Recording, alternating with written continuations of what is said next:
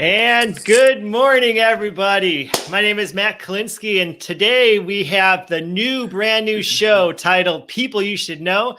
And my goal with this video podcast is to introduce people that have been influential in my life, who I've learned from, and I'd like to share their knowledge with everybody who wants to learn more and be better.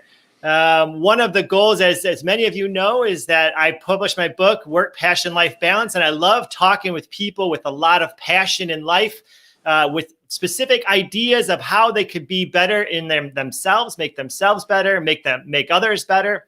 And I found that the perfect person to kick off this video podcast and podcasts in general. For more information, you'll be able to follow us on the podcast links called People You Should Know. And our first guest is Dr. Chris Weber. I'm going to bring him on shortly. I just wanted to read a little bit about him, just so you can understand why I chose him as the first guest. He is triple board certified in internal medicine, pediatrics, and obesity medicine. He is also certified strength and conditioning specialist. He owns a business called Refined Wellness Consulting, and he describes it as a health and wellness consulting business that specializes in personalized nutrition, physics, activity, and behavioral programming for motivated, busy professionals. And I am really excited about joining him. I've known Chris for a while. We actually did internal medicine and pediatric residency together. He was one of my mentors during the training process, and he's done some great things, and I'm really excited to bring him on. So if everybody can help me, 1, 2, 3. Let's bring him on, Chris Weber. Hey, Matt.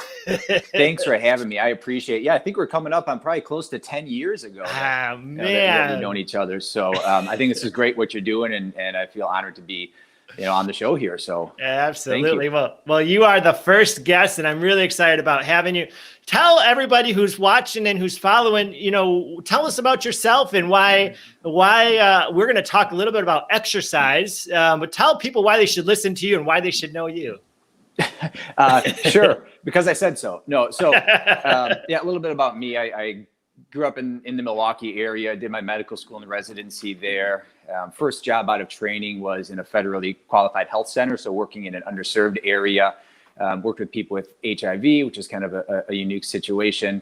And then I kind of stumbled across obesity medicine, which, believe it or not, is a relatively new field. So it's an exciting time to be part of that. Studies are exploding with more treatments, but it really resonated with me as an individual. I mean, I've been into fitness and wellness and all that stuff, forever, since middle school. I played college football, so it really resonated with me and people around me. I mean, people love getting healthy if it's not too burdensome. And so that's an important part is are you doing it right? Are you doing it efficiently? Yeah. So anyway, I got board certified in obesity medicine, and I see patients as a primary care provider, obesity medicine. And then I went down more the coaching consulting route shortly thereafter. So certified strength and conditioning specialist. And then I started to refine from there. Yeah. So tell me about your journey after residency. You did the clinic and you saw a lot of patients. What was the situation during that initial exposure as an attending, and what kind of helped you define or to go into refine? Yeah. So there are a few things, and I'm sure it's not unique to me. Other entrepreneurial type people might have come across the same thing. One was the work-life balance, right? Which, I mean, you're the expert on that. I love it. I love it. There were things that were out of my control working for a big organization. Okay. All sorts of positive things working for a big organization. But some things that I thought maybe I could do quicker or a little bit more my style. And so that was one thing. And then scheduling, there's shorter, quicker appointment times for patients. Mm-hmm. And then there's also this whole realm of people who don't want prescription medications, right? They want to be healthy. They want to do it naturally. They want to do it organically. And the medical field is just not set up to offer that service. Now they're good or bad. It's just, that's not its role. Sure, and so that was one reason that I started Refine. And, people told me, why would you jump into the health and wellness industry, right? It's completely saturated. Lots of YouTubers doing it. Right. You gotta be crazy or not all that bright. And maybe I'm both because here I am. But I saw hey, you're a gap. doing it. I saw a gap that I thought I was kind of uniquely positioned to fill. And that was two things. One was convenience and efficiency. All right. There's all sorts of options. If you want to drive 30 minutes, sit in a waiting room, get hustled through an appointment, you have a question, you call, 3 days later, you get a response. Plenty of options for that. What if you're busy? I want people to enjoy their life and their family and their hobbies, and they got work to do. What if you have a quick question between conference calls? Shoot me a text. This program, Nice. this business has been set up to be remote from day one. Okay. And that's for client benefit, right? So they don't want to be, like I said, efficiency. I'm a very time-oriented, schedule-oriented person. You got a question, shoot me a text. We do video text. Let's say, cool. Let's say I program in a deadlift for your weightlifting program. You're like, I have no idea what a deadlift is. Am I doing it right? Shoot me your video. I'll critique it, send a video back. So Really? it's very client-friendly. So you were able to take to telemedicine essentially to the health and wellness area and have no constraints. I've been a big fan of telemedicine for 15 years, ever since med school. Ask all my med school friends. I've been a big fan of telemedicine, and I thought it should have been sooner. It only took a pandemic to kind of get it certified, but it sounds like since 2017, you've been kind of very proactive in a unrestricted telemedicine type of interactions. Yeah, exactly. I mean, with the health and wellness industry, there's not insurance requirements. Some of the legal stuff is different, clearly, when you get into the medical field. And I've loved that, and clients have loved that too. We offer, I have a meal replacement program, not that everyone needs that, but it just gets mailed right to your door. You don't have to go pick it up anywhere. So convenience is convenient. Huge, and efficiency, because like I said, it's geared a little more toward busy professionals, and you got other things to do. It's kind of like outsourcing your landscaping. Let's outsource your that's a great way health to think and about wellness it. plan. That's a great way. That was one part, was the convenience and efficiency. The other thing was the quality. So even 3 years ago, and even more now, like you said, there are so many social media influencers, and you do a few selfies. You don't know who to believe. Well, that's the issue, right? And it's very overall very cookie cutter. You can find a billion different programs that you can order relatively inexpensively or expensively, and have a program, right? Emailed some Word document, and go through. Is it going to work for you? We don't know, because it's not personal at all. And what's the knowledge base behind that program? So, I mean, you and your listeners are savvy, right? You know that credentials sometimes mean nothing, sometimes mean a little bit, and sometimes mean a lot. So I'm biased in this case. But, so with the obesity medicine board certification, with the strength and conditioning, forget about those. But the important thing is that we're required, right? Like physicians too, like you got to have continuing education. And so I'm always talking to experts on the topic. I'm going to conferences, and that's what I pass along to clients. So you're talking to nutritionists, you're talking to physical therapists, you're probably talking to some surgeons to see is there surgical options, and you're trying to keep people out of the OR. But what other people are you talking to at these conferences? Those are the main ones. I mean, other ones who are similar to me, who are physicians or healthcare providers doing non-surgical stuff. But also in the strength and coaching realm, collegiate coaches. And so that's been a really interesting thing for me. That's a great point. Yeah. So taking these kind of high level, really intense exercise programs that are designed for collegiate athletes, and then adapting them a little bit to anybody, right? I mean, most people don't think of, I don't mean to stereotype, but like a 65-year-old woman should be doing some heavy lifting. All right? It's good for bone strength, and most people. Osteoporosis, yep. Absolutely. A lot of people think, any age and gender, that just huffing along on the treadmill for hours is the best way to be healthy, and that's just, it's inefficient. There are better ways to do things. So it's melding those two worlds. It's kind of been fun. And I'm excited to talk more about exercise, because the whole 30-30 exercise challenge that I started, I know I'm on day 9 and I'm feeling excited and motivated. But we're going to get into the exercise components, the do's and don'ts, because I even have a lot of questions as a physician, as somebody who I consider myself healthy. But what are the newest trends? It's so hard to keep up. And the problem with influencers is that you don't know who to believe and who not to believe, and all these magic elements the one thing I really like about you, and which all my fans should really understand and followers, is you're a physician, you have obesity training, and you're a collegiate athlete. And so those three pillars create a great program for anybody to be healthy. Right. So the newest trends in exercise, it's like a lot of things. It's cyclical. All right. You get very excited about one form of exercise, and a decade later it's gone, and then it comes back into favor. So that's how things work, in medicine and nutrition and all sorts of things. Talking about exercise, I think the number one thing to realize is what's your goal, right? What's your goal with exercise? Yeah. So if you want to live longer and be healthy, that's a very different exercise plan than, hey, I want to get big and strong. All right. I want to jump higher. Very different approach.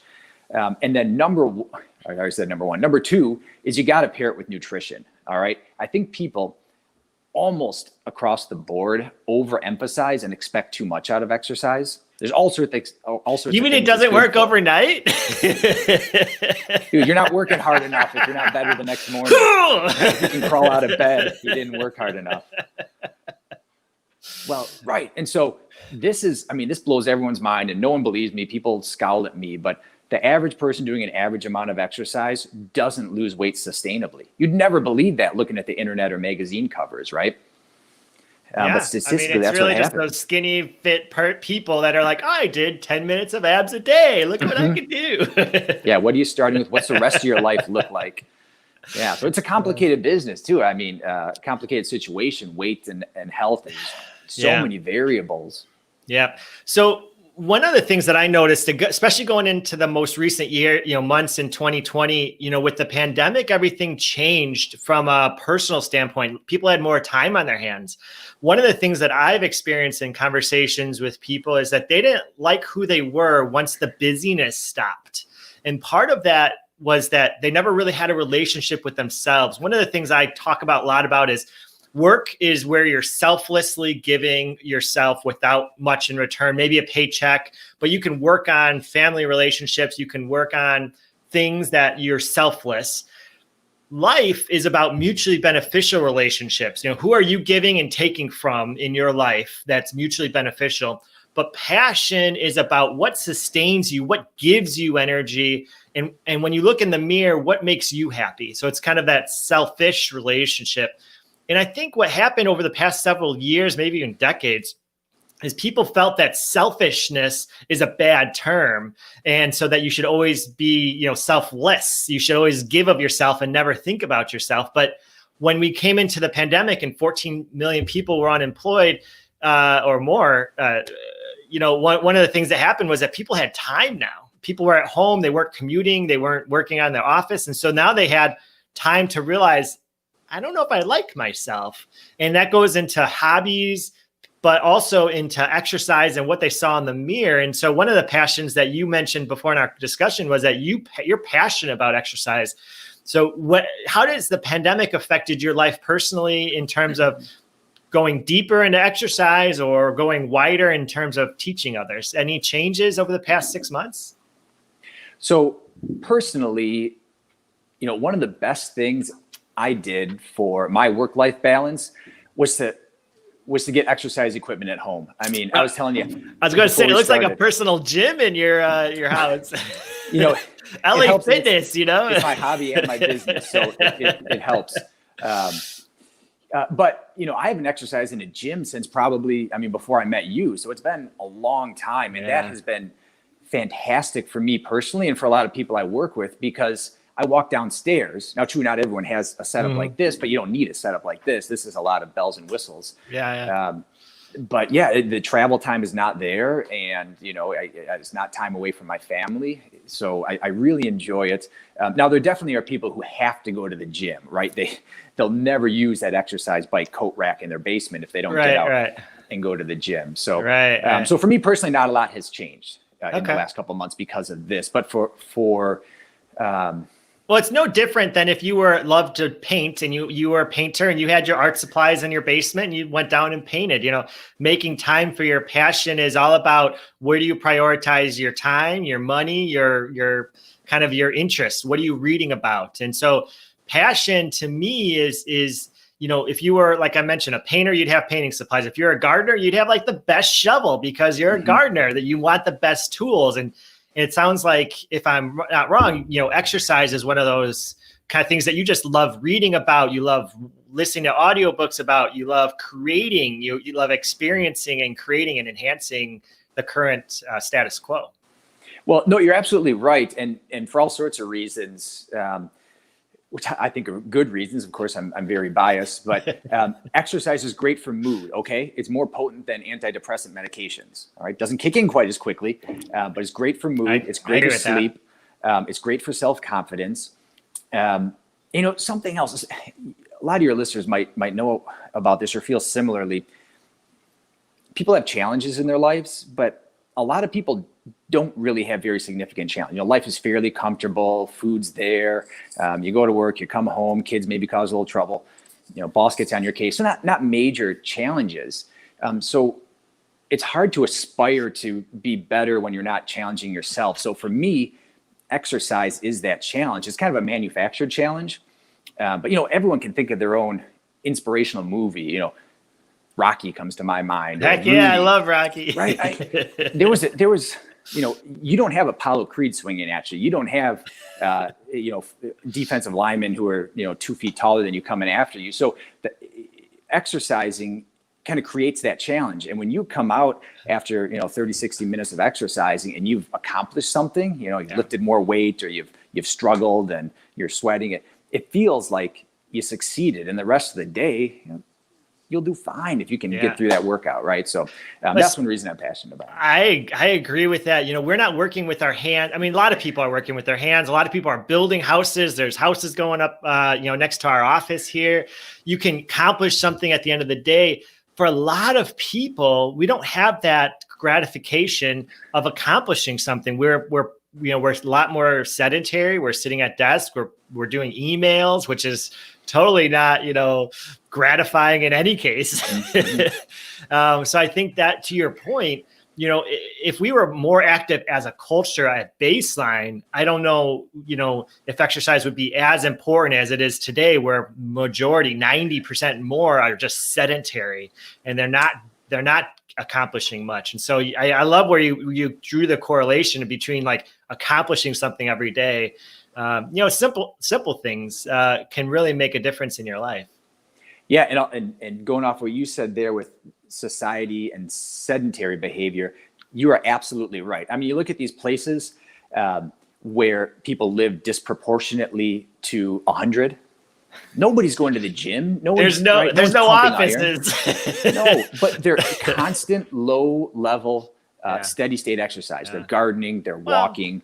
Less McDonald's, less fast food, less, more whole And grain. on that point, it is, I see this all the time, and I'm glad, you're talking to me so we can get the word out.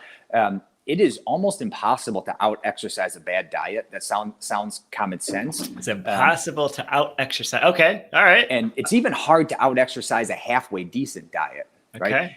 And it's almost impossible to out-exercise a sedentary lifestyle. So you sit at a desk all day long. I'm not pointing my finger. I am pointing my finger at you sitting in a desk. I stay out here. Good. But someone sits at a desk all day long and then they hit the gym really hard for 30 minutes, 45 minutes. You are not going to offset that day worth of sitting, right? And they've looked at this in studies. Standing up every 15 minutes can be as beneficial as going to the gym for 30 minutes afterwards. So you're absolutely right. Society plays a part in it, and that's the work-life balance again. Yeah. Well, and a lot of people, from, again, just people I've had conversations with, they don't want to exercise because they're so involved in their work. They're giving themselves, everything they're giving of themselves to their boss. And then they have to go and take care of the family. And the way I talk about it is really build it into your life, schedule it out, go on your lunch hours, even just work out from home. You mentioned Beachbody and all these, home-based platforms that allow you to actually, get some movement going. My goal with the hashtag 3030 exercise challenge was really just to start moving again. I do a lot of work in the yard. I'm doing a lot of painting now. My arms are really, up and down from painting all day, just some house projects. But I really wanted to get my body moving again. And I was really inspired by Kevin Hart. I don't know if you saw one of my last videos, but Kevin Hart was in a very serious car accident, and he had plates and screws inserted between, I think it was T11 through L3. And the doctors, and, I don't know how real it is, but they said they were, within millimeters of complete severing of his spinal cord. And what he attributed that was 3 years ago, he started to get very strong in a core. He started to work out his back and his abs, and he's been on a regular routine. He didn't know 3 years ago he would be in a car accident in 2020. But because of the small choices he was making along the way, he was better prepared to walk out of the hospital instead of being wheelchair bound for the rest of his life. And that was a major impact in my life. I have 2 kids. I couldn't imagine having an accident where I couldn't recover to the best of my ability because I chose to not live the best life I could. That's what influenced me into starting this 30-30 challenge. It's just really start moving, get those muscles going again. Yeah, no, and that's great. Having that mindset of prevention is hard to instill. It is. Right? It is hard to instill because you're doing fine right now. But things, you don't turn 30 and things fall apart. You don't turn 40 and things fall apart. It's been almost always something has been creeping up on you gradually over time, and then you reach the tipping point. So doing what you can to stay mobile and healthy all along is absolutely the way to do it. Prevention is so much easier than trying to fix things afterwards. Yeah, well, we've known that for a long time, but medicine in general is not good at that. All of my training is always, treatment after the fact instead of treatment preventing. So, all right, so let's talk a little bit about the exercise challenge. And one of the main reasons I thought you would be a great first guest is I have a lot of questions myself about exercise plans and kind of what qualifies for exercise, all these kind of things that I started to think about. And so if you don't mind, I'm going to kind of ask the expert, ask the specialist some questions, and maybe everybody can benefit a little bit. So yeah, go for it. So you mentioned, sitting at a desk all day and then working out for 30 minutes doesn't cut it. What is the optimal way to get healthy if you have a desk job? If you are required to be in an office 8 hours a day, what is your recommendation to your clients about getting healthy from an exercise standpoint? So anytime someone asks about exercise, I start with nutrition. Okay. You gotta have good nutrition, and we mentioned that already. Yeah. But as far as focusing on the exercise part, if you can stand. Sometimes that's possible. Standing desks, or I personally I got one of those. I stack up a bunch of books. I don't have a fancy standing desk, so I stack up a bunch of books, and it looks like a disaster. But standing is so much better than sitting, right? And also psychologically, people tend to feel more active and less passive. So it's beneficial multiple ways. Better blood sugar control and other things. Really? Okay. Sure. Yeah. Because you're activating muscles. The anti-gravity muscles are kicking in, utilizing glucose. Okay. Right. For outside the office exercise time, if you're just starting out, the general guideline for overall health is 150 minutes of walking a week. All right, moderate intensity exercise. Okay. And you can split that up however you want. You do 10 minutes here, 10 minutes there. Yeah, I've read those articles too. Is that actual? Have you probably read the studies a little bit more? What was the positive impacts out of 150 minutes? It seems so small. It does seem so doable, but it's it seems like that's the recommendation. Yeah, so it started higher. I don't know what the number was initially, decades ago, but as they decreased 60 minutes a day, I think was. And it's still that for kids. So if you're if you're a kid, it's still 60 minutes a day. Okay. But they found that the outcomes were similar as you decreased it. Now, that's for cardiovascular health. Okay. That's not, morbidity, mortality, deaths, all that stuff. That's not for losing weight. So what I have to do is, and what people should think about is what's the risk of the weight versus the risk of, or the benefit of walking. Okay. Right. And so 150 minutes a week, almost no one's going to lose weight with that. Okay. Right. That's another thing I tell people with exercise is you got it in your mind, separate the number on the scale from walking. And for most of the time, exercise in general. Exercise is great for all sorts of things. Statistically, most people, not the best thing for the number on the scale. Right. So, don't stop exercising if the number on the scale isn't changing. That's a great point. I know a lot of people who are starting to do some aerobic kind of cardiovascular health, but then they stop because they don't see the scale moving. So that's a really good point. Often you'll hear this 10,000 step a day goal that people have. I want to get my 10,000 steps. I think Fitbit was a big thing in that. Yeah. So that was a made up number. I honestly don't know where, but it was one of these pedometer organizations that came up with it. I don't know where they got the data from or that specific recommendation, but they did look at people who hit 10,000 steps a day. How much weight did they lose over 6 months? It was half a pound. So that just emphasizes walking's not the best way to lose weight. Okay. That's the nutrition part. So anyway, to answer your question, 150 minutes a week to start of moderate intensity exercise. Okay. So 30 minutes a day, 7 days a week, 210. So at least I'm checking off that box. So that's good. And anybody who's doing the 30-30, you know, I think it's really important to do. That's the minimum kind of is what I'm doing. I'm typically in the gym for 45 minutes or an hour, but the whole idea is to get started. And for me, getting over the going to the gym or going to start workout, I could stay working out for 45 minutes, but it was like, oh, well, it's only 30 minutes. So I was almost tricking myself. I said, oh yeah, Matt, go to the gym for 30 minutes. Okay. And then when I get there, I'm like, oh, I could do this and I could do that. 45 minutes later, an hour later, I'm like, okay, I think I'm done. Yeah. And so that shows the difference between determination and motivation. All right. If you're sitting around waiting for motivation, hey, I'm not motivated, I'll just wait until I feel like exercising. That might never happen. Motivation might never knock on your door, never give you a phone call. So you have this determination to get there and do it.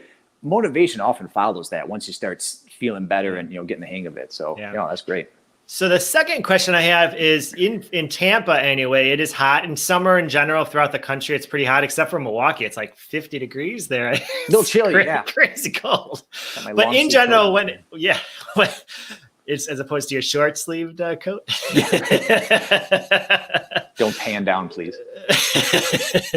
Well, one of the things that is tricking to me is I'm outside. I'm not really physically active, but I'm sweating. I know that my heart rate isn't maybe into the 140, 150 range. I'm just kind of tooling around outside sweating. And for a second, I started saying, oh, well, this is healthy for me. How healthy is sweating at baseline without any aerobic or anaerobic activity? Is there any correlation, any benefit at all to just kind of getting some toxins out? And what's the truth around that? Yeah, in my mind, and from what I know in my training, no, there's no benefit to that. Now, there's hot yoga and steam rooms and things like that where people feel better afterwards. And if you want to relax, it's more of a psychological, hey, I'm relaxing and sweating, that's fine. But no, as far as cardiovascular benefit, no, the heart's a muscle. You got to work it out just like other muscles. So when people are working in the yard, as a trainee in residency, we talked about, getting outside and gardening to do some exercise or getting outside and being physically active. But I found myself doing those things wasn't really, when I examined myself, I wasn't getting my heart rate up. I wasn't working, repetitive muscles. So how true is it that just kind of gardening, for instance, could help with physical strength or cardiovascular health or anything, or is it more just emotional health at that point? Well, it's definitely emotional health. I mean, that's for sure. If you enjoy it, do something. Right. Getting a workout, doing laundry. Love it. There's this thing called the SAID principle, specific adaptation to impose demand. And that's kind of common sense. Okay. All right. Let me write that down. If you go to the gym and you do some arm curls with a 5-pound weight, you might be sore the next day. It might be hard. You do that, as long as you're not overdoing it. After a couple of weeks, you're doing 20 pounds and it's easier. So you're imposing a demand to lift heavier weights and the muscles got to respond. Okay. It's like a lot of things in life. There's a stress, there's a response, you adapt. Eventually it'll grow a little bit. Yeah. So for you, with that example, you might be in good enough shape that gardening really isn't an exercise at all for you, right? Okay. I mean, it's not an extra imposed demand. Because essentially my muscles have a certain tonicity to them already, and it's not creating a level of work for me specifically. Right. Exactly. Okay. I mean, if you were used to running marathons every weekend, and you stopped all that and went to gardening, you would lose cardiovascular health, right? That makes sense. Oh, that makes sense. Yourself as much. So where's your baseline? Yeah. And but also doing that gardening is good if you're doing that in addition to other things to maintain whatever level you want. Okay. So if somebody is sedentary and they start gardening, you could potentially correlate that if their baseline is very not moving and they start moving, there is some benefit to them in terms of increasing their baseline functionality for their heart. Is that something absolutely. they can say? Okay. Now, if all you're going is for overall health and you're not trying to build muscles or shed fat, that's sufficient, the gardening, right? Okay. I mean, because you have that, as long as you're not sitting around the rest of the day, you have you're hitting that 150 minutes a week of gardening. That's fine. If that meets, you just want to be healthy, that's fine. Again, healthy with a normal weight. If your weight's high, then we got to work to get it down. Yeah, it's kind of where are you starting at from a baseline standpoint. I love the holistic approach. One of the things that I think we lack in our training from across the country is that holistic approach from a medicine standpoint. And so that's why, what you're doing with Refine is so important, incorporating the nutrition and the exercise and wellness. How much does where do you see people suffering the most? If you took all of your clients, you always talk about, you've been on this case show talking about nutrition as the number one. Do you think that's the major deficiency in a healthy life is nutrition? I think so. If I had to pick one thing, that's probably it. It might be a flip of a coin between that and stress. All right. I mean, because stress underlies a lot of things. I mean, if you're stressed, not getting enough sleep, work is tough, your willpower tanks. Okay. And then it's harder to eat healthy. All right. Yeah. If life is going good and you're happy, it's a lot easier to choose a banana over a donut. Yeah. All right. If you're stressed and miserable, like I said, your willpower really does go low. Your cortisol, stress hormones go up. Yeah. Harder to make good decisions. So maybe flip that coin to land on the stress side a few more times. Then nutrition. Part of it, and speaking from Laura's gonna hate me, by the way, but when Laura my wife buys a bag of Hershey's, it's gone in a day. My philosophy is don't buy the bag of chocolate. But it's when it's sitting there that when you have to say no multiple times an hour to yourself, eventually you're gonna say yes. And I've seen that in real life at home. It's sitting on the counter. If you're gonna buy it, put it in a drawer so you don't have to look at it all day. Yeah, and I'll tell you, there's never a spouse whose spouse doesn't agree. There's always one of those two, 100% of the time. So you're not alone with that. I'll be right, and that's a stress. Every decision you have to make is a stress. People who are struggling to lose weight or be healthy, they're arguing with themselves all the time. People who just that's their baseline. They never have to stress about it. They're like, I have no interest in eating that cookie, or I have interest, but I got to be a good example. So just the answer is no, it's not a struggle. Yeah. And that's one of the things about the 30-30 challenges. If I can convince myself to go to the gym every day, my struggle right now is to complete the 30-30 challenge. I'm singly focused on that. After 30 days for me, it's going to be much more of a habit. And I'm going to see the benefits. I'm going to enjoy it. But really, it's going to become part of my routine. And that's just how I function. Not everybody's the same, but I want to create a routine so I don't have to say gym or not. It's going to just be, it's 11 o'clock, gym time. Let's go. There's not a debate with myself. And Mark Zuckerberg talks about this. A lot of smart people talk about how many decisions you can make in a day. I'm not sure if I believe in a cap, but I do believe that your brain has a certain strength of, just like any other muscle, really, even though it's not technically a muscle, but you have a certain ability, like strength-wise, from a willpower. And at the end of the day, if you're no more strength of willpower, you're going to make different decisions than you would if you were fresh. So what plans do you recommend from a nutrition standpoint, since that's kind of a key foundation in wellness in general? And to maximize the benefits of exercise?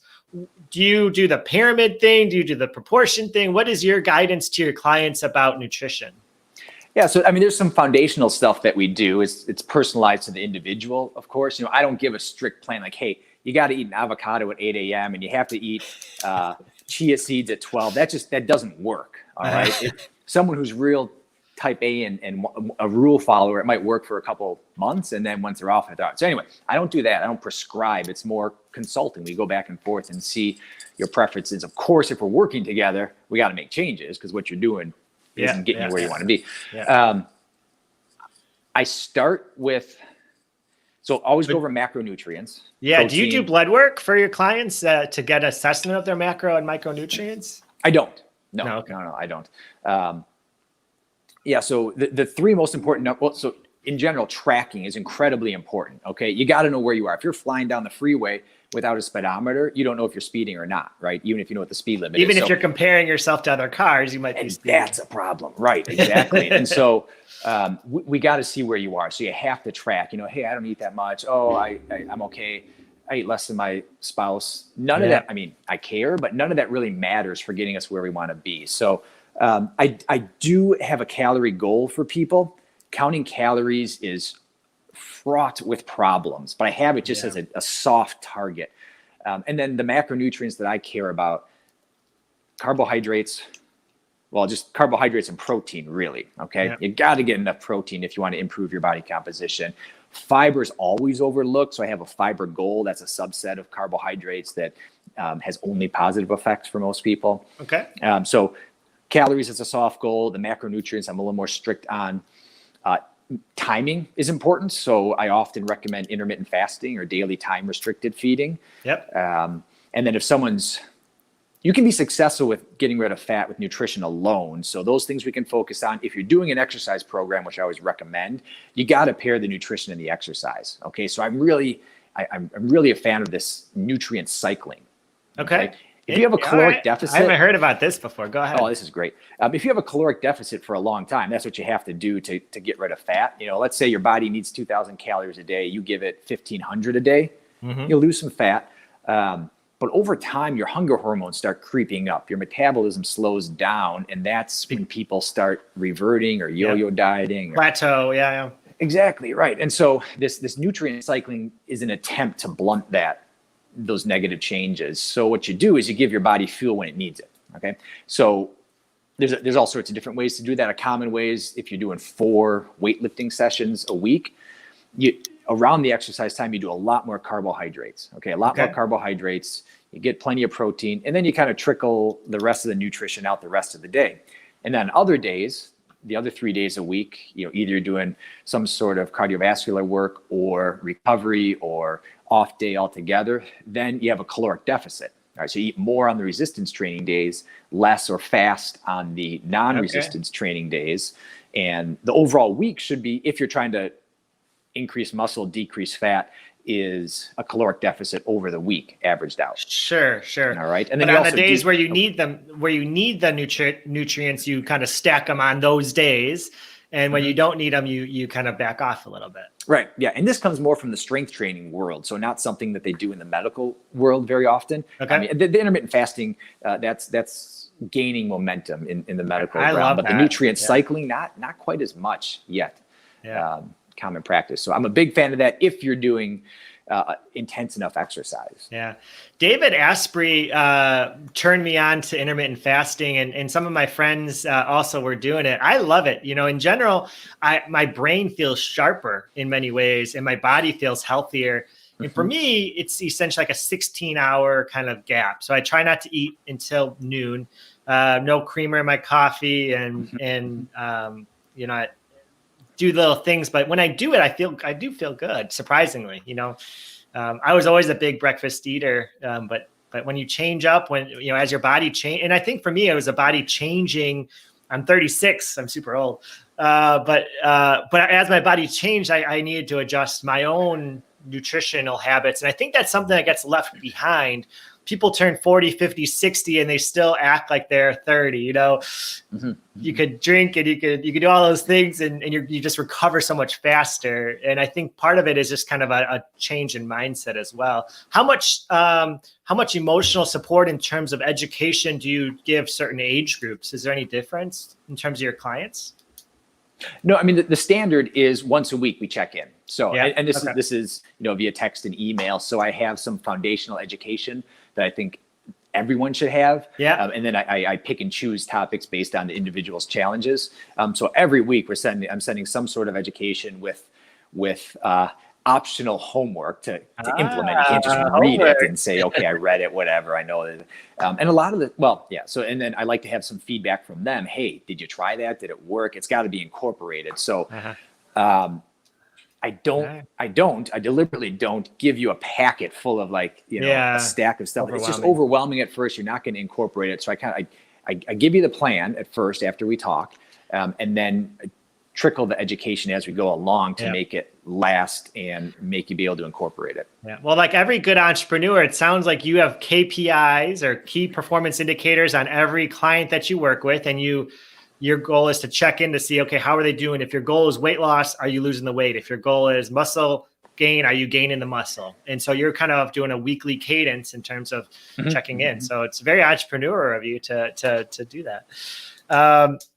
Another question about exercise. You saw my routine this week, and I'm kind of I played basketball in high school. I did run a marathon in med school. So in general, I have a baseline activity, but my daughter is 2.5, and it's, for the last 2.5 years, I haven't been exercising as well as I could be. And so I'm kind of getting back in. I'm using a lot of different kind of key things I've learned over the years. And like I mentioned, just trying to get back into it. But this week, for instance, I'm alternating core and then a body part like arms and legs. Is that good, bad? I mean, you mentioned 4 strength days a week. What's your thought in terms of kind of alternating core and then arm and core, then leg? That's my plan for the week. So am I on track or off track? Yeah. There's so many things that work, which surprises people, right? Just like nutrition, studies show that there are dozens of diets that have been proven to work. How come it doesn't work for me? Well, maybe you're not quite sticking to it the right way, or maybe you're not doing it long enough, or maybe that's not the right one for you. It might statistically help, but for you as an individual, it might not help. So that's the same thing with exercise plans. It's a million different ways to do it. I generally recommend 3 months, a 3-month trial of something, but you reassess every month. Okay. Right? So give it a month, make minor changes. And at 3 months, if you're not making really great progress, then you scrap it and go a completely different route. And, okay. All right. And you help your clients do that. You're doing the reassessment on a weekly basis and then a monthly kind of overall assessment of goals. Yeah, exactly. So weekly check-ins, and then at a month we decide, do we to make minor changes to the program. As long as you're, not miserable on the program, I say give it 4 weeks, and then we'll adjust if we need to. And there's always, since you asked, there's always midway through the program we start working on maintenance and relapse prevention, just to get that in your mind. You're proactive. Before we get to the end of the program, because I don't want you to sign off, say, hey, life is good, and then call me again in a year because you're back where you started. I do not want that. I want to say goodbye, and then you're off flying for the duration. But no, as far as go ahead. No, go ahead. Yeah. So to answer your question, there's a bunch of different ways to do it. Depends on how much time you want to commit. How many days per week is the main variable. So how many days a week? You're doing 7 days a week, right? 7. I'm doing 30 minutes every day for 30 days. So for me, it was getting over it. But like I said, I'm doing like an hour a day every day. Yeah. So I think if you're doing, and swimming's part of it, and running. I mean, I'm doing a whole bunch of things. My recovery days are more swimming and elliptical type of cardio. Okay. No, that sounds good. If you're doing 3 weightlifting days, it's good to do full body days, because then you hit everything 3 days a week. If you're doing a split routine, like I mentioned, 4 days, you do 2 upper, 2 lower, and then whatever extra days you have in there are going to be the cardiovascular ones. So those are a few common ways to go about it. One of my preceptor in training is Dr. Fitzgerald, and we talked a lot about kind of specializing and customizing medicine, like medications to your body type, to your hormone level, to your what receptors you have. Do you think that your industry is going to be going towards that in terms of the micronutrients, macronutrients, exercise plans? Do you think there'll be kind of studies or tests that you'll be able to kind of do a blood test and say, okay, your body type is this, and so you need 3 days of cardio a week to maintain? Is there ever something like that, you think? Yeah, it's really interesting. People are working on it right now. I mean, you can do, swab your cheek and send in a DNA sample and get that exact kind of information. All right. I don't respond to exercise. I shouldn't spend so much time on it. Or, I need more carrots. So that stuff's out there. It's not validated well enough yet. So I look at it more like entertainment. Okay. And most of the time, at least for the nutrition parts, at least every person who showed me what they've done, their results, it's kind of common sense too. Hey, I need more vegetables. I should stay away from sugar. But no, absolutely, that stuff is coming. Cool. Absolutely. And I mean, because a lot of it we know is genetic. Like people, like I said, most people don't respond long-term to exercise and weight loss, but some people really do. And that's a genetic situation. So yeah, that sort of stuff is coming. Do you do anything with hormones in terms of hormone replacements or anything to help with kind of building either mass or kind of just getting the energy level up in terms of a wellness plan? So yes and no. Okay. Absolutely. First of all, if weight's an issue, hormones are absolutely off. All right. We know that. All right. Adipose tissue fat cells, they don't just sit there and, a lot of estrogen. You don't like how it looks. Yeah. Cortisol. They send out all sorts of hormone signals, including estrogen and inflammatory signals. Your brain and stomach and intestines send out signals. And so those are all just completely out of whack. And we could get them back in whack if we get some of that adipose tissue away. So, but no, I don't do interventions, medications like that, unless, from the medical side, if you have a medically diagnosed like a baseline deficiency. Yeah. Okay. All right. So Refine is all about taking that next level of kind of customized health and wellness with a high quality. Talk about, what your goal in terms of the future of Refine. So it's exciting where it is right now. Like I said, people have been exercising forever, right? But there's more and more studies, and the main thing with the studies that excites me is that there's a lot on efficiency. Like, what's the best way to do it in the least time? All right. And for people I work with, that's the main thing. Like, you got other things to do. I call it efficiency. Some people call it laziness. Like, let's get the job done as quickly as we can and get on to what we want to do, because a lot of people honestly don't like exercise. But I want people to be efficient and get to be able to do what they enjoy, like you focus on. So that's really exciting for me and for my clients. That part of things. And I think that would be the main answer. The nutrition, I think we're growing more as far as kind of products that we use. So one thing that I'm really excited about, there's this organic sustainable farm in Palmyra, Wisconsin that we have a relationship with, and they use a lot of their own plants and herbs and everything that they grow on the farm in their supplements. So high protein bars and fiber supplements and a bunch of other things. So it's really high quality stuff from an organization that really cares about process and sustainability. So that sort of thing is neat, and expanding those relationships, I think, is on my to-do list. Okay. Your website, refinewellnessconsulting.com. Is that correct? That is, yes. All right. How can people get a hold of you? So email contact@refinewellnessconsulting.com. We're on Facebook under Refined Wellness Consulting, and on Instagram. We post periodically, kind of exercise updates, nutrition tips. So check us out there. That would be great. All right. I'm pulling up your website just so I can show people. That's the website, refinewellnessconsulting.com. Is that you in the picture? No. And you got, let's see. Yep. There's your bio. Contact me through free 30-minute consultation. All right. And what can people expect from your consultation? I tell you, it's all for the color. We don't do a sales pitch. We just answer questions that they have. Some of those foundational principles with nutrition, physical activity, and behavior. We go over the high points in those. So yeah, you spend 30 minutes really talking about what you want to talk about. Great.